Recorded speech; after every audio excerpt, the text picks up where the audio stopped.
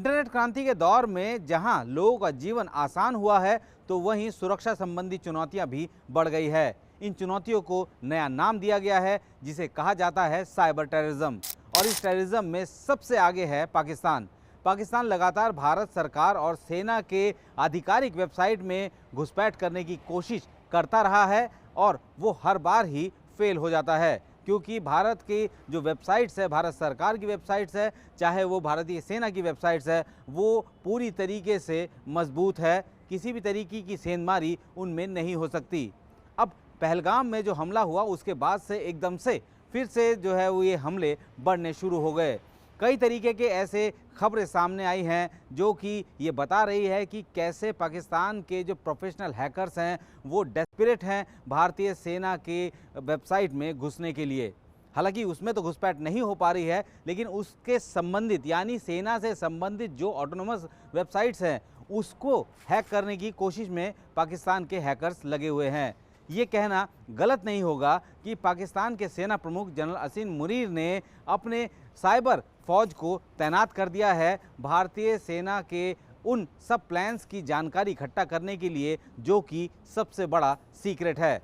प्रधानमंत्री नरेंद्र मोदी ने पहलगाम हमले के बाद हमले की जिम्मेदारी या फिर कहें कि जो पलटवार की जिम्मेदारी तीनों सेनाओं पर दी है और वो अपने हिसाब से तय करेंगे कि कैसे, कहां और कब हमला करना है या बदला लेना है। और ऐसे में पाकिस्तान कोशिश कर रहा है कि किसी भी तरीके से उन सब वेबसाइट में खंगालने की कोशिश की जाए, कहीं कुछ उनको मिल जाए, लेकिन ऐसा नहीं मिल रहा है। पाकिस्तान की सेना की जो ये साइबर आर्मी है वो हर बार फेल हो रही है और इस बार भी वो लगातार फेल ही हुई है। अगर हम लोग बात करें रिपोर्ट्स के मुताबिक, जो आर्मी पब्लिक स्कूल हैं जो अलग अलग जगह पे स्थापित हैं उनमें सेंधमारी की जा रही है। उनके जो वेबसाइट के फेस हैं उनको डीफेस किया जा रहा है और गुरुवार को 2-3 अलग अलग जगह पे इस तरीके की घटनाएं सामने आई है कि जब आर्मी पब्लिक स्कूल के वेबसाइट को डीफेस करने के बाद वहां पे जो पहलगाम में जो लोग मारे गए हैं उनको लेकर मजाक तक किया जा रहा है और साथ ही जो परमाणु बमों की धमकी दी गई है पाकिस्तान की तरफ से कि उनके पास 130 न्यूक्लियर वेपन है और वो जो है वो बिल्कुल तैयार है, इस तरीके की धमकी भी उन सब वेबसाइट के फेस पर नज़र आ रही है, यानी डीफेस की जा रही है उनको। तो एक तरीके से ये डेस्परेट है और वो चाहते हैं कि किसी तरीके से कोई तो क्लू मिल जाए कि आखिर भारतीय सेना का प्लान क्या है, लेकिन ये क्लू उनको मिल नहीं पा रहा है।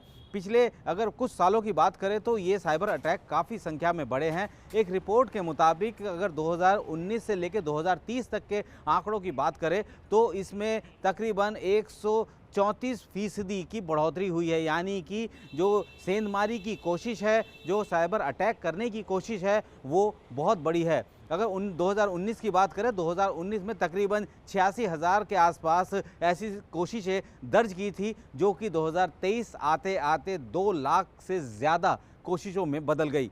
तो ये साफ दिखा रहा है कि पाकिस्तान की डेस्पिरेशन क्या है। बाकायदा उसके पूरे हैकर्स की टीम है जो कि लगातार भारतीय सेना और भारतीय सरकार के अलग अलग वेबसाइट पर सेंधमारी करने की कोशिश कर रही है और यही वजह है कि भारतीय सरकार की तरफ से या भारतीय सेना की तरफ से अपने जो उन सब ऐसे जो वेबसाइट्स हैं जिन पे कि ये सेंधमारी कर रहे हैं उनको भी अलर्ट किया गया है। और आर्मी पब्लिक स्कूल हो, चाहे यहाँ तक कि वो तो जो रिटायर लोगों का जो वेलफेयर का जो वेबसाइट है, जो कि प्राइवेट वेबसाइट है, जो ऑटोनोमस वेबसाइट है, उसको भी खंगाल रहे हैं। यहाँ तक कि जो नौकरी क्या बोलते जाने के बाद, यानी कि जो रिटायरमेंट के बाद जो वेलफेयर जो वेबसाइट्स होती हैं उन पर भी जा रहे हैं। और यहाँ तक कि अगर पाक सेना के जो सैनिक है, जो कि इनके साइबर जो आर्मी है, वो उन सब वेबसाइटों में भी जाने की कोशिश कर रही है जो कि किसी एक्स आर्मी पर्सनल के बच्चे हैं या उनके रिश्तेदार हैं।